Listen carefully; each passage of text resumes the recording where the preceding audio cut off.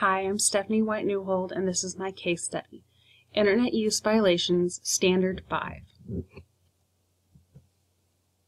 Category 1, What do you know? Roosevelt High School is an affluent high school in a large city. Established and award-winning principal Dr. Stephen Forbes has been at Roosevelt High for 9 years. Dr. Forbes hires very qualified teachers for openings. New to teaching, Ms. Walker has brought a very intense style of teaching to the school that has raised anxiety of both parents and students. Dr. Forbes has suggested techniques to reduce anxiety in the classroom, but Ms. Walker has not implemented these strategies. Ms. Walker is the victim of malicious comments and threats online. She was notified via email of the website containing these threats. What do you need to know? First, who are the perpetrators of this website? Where was the website created? What is the district's policy on harassment and threats to teachers? Are there any students with documented behavior problems in Ms. Walker's classroom? If the website was created at school, what are the legal ramifications of that? What is the problem? Is this a real threat to Ms. Walker's life? How can the site be taken down? Can the email be tracked to the sender? Can the IP address be traced to the creator? What does the school do to best resolve the problem? Category 2, Plan of Action. First, Ms. Walker. First and foremost, Ms. Walker must be made felt secure and heard. No matter if the threat is real or not, her peace of mind should be given. An administrator must support their staff. Secondly, a meeting should be held on Monday with Ms. Walker to reassess her feelings and to again assure her that the proper steps are being taken to address the problem. Finally, for Ms. Walker, she must be reassured that she has the school's support and she has someone she can trust and rely on.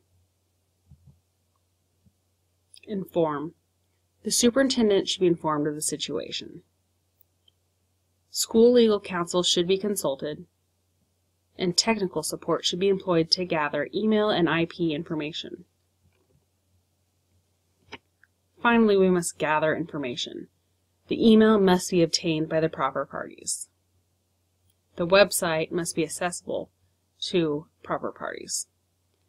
Any security footage available of public computers in the school should be obtained, and the students of Ms. Walker should be interviewed to assess their feelings of Ms. Walker and to see if any of them had motive.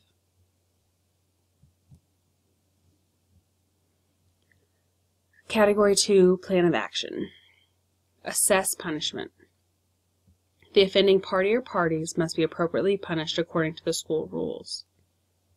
And if a law has been broken, the proper authorities must be contacted.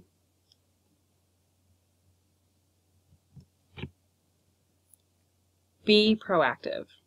The school at this point will have been under much scrutiny, and the staff's relations with the students may have suffered even more than they were already damaged. Character education may need to be evaluated if the school does not have any, or reevaluated if it is already in place.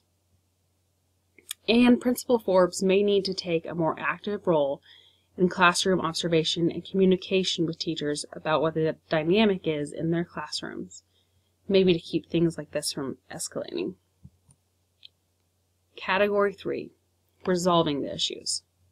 To resolve the problem of the website will not be an easy one, and may anger some parents and students if evidence is found that their actions are punishable. To be fair to the students, the rules established in the handbook regarding harassment and any laws that have been broken need to be enforced.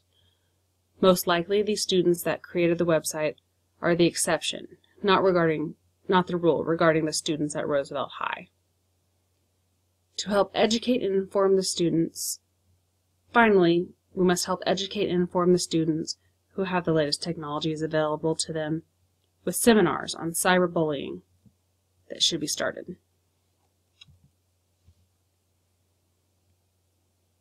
To help resolve the issues stated in the case study, Ms. Walker feels as though she is also being harassed in her own classroom.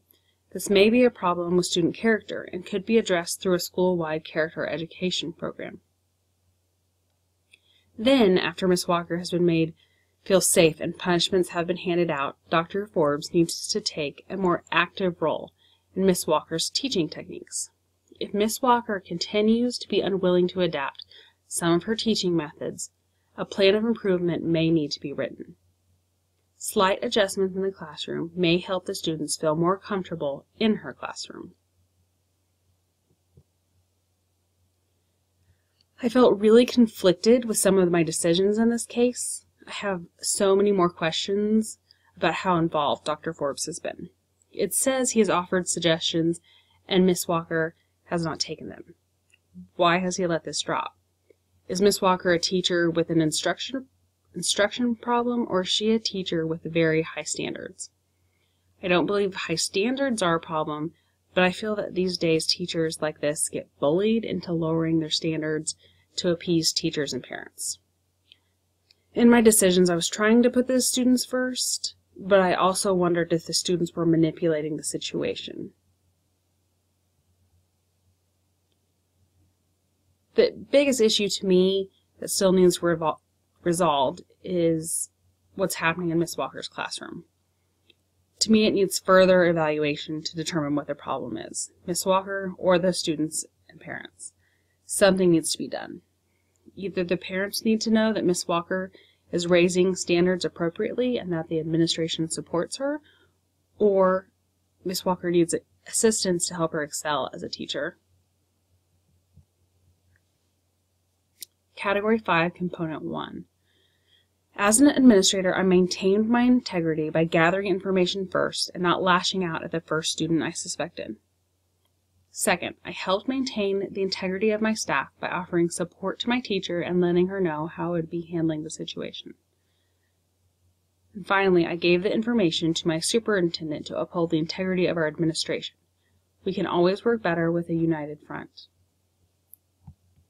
Component 2. I showed fairness to the students by upholding the rules of our school handbook. I showed the students dignity and respect by not lashing out at them, but finding ways to support them through anti-bullying measures and character education. And finally, I treated Ms. Walker with dignity by finding a way to take the site down. Component 3.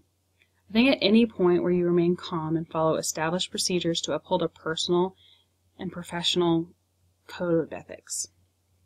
Secondly, contacting the appropriate people such as the superintendent and legal counsel shows that I understand the limitations of my job and the support I will need to proceed in this situation. And finally, by offering support to Ms. Walker, I am leading by example.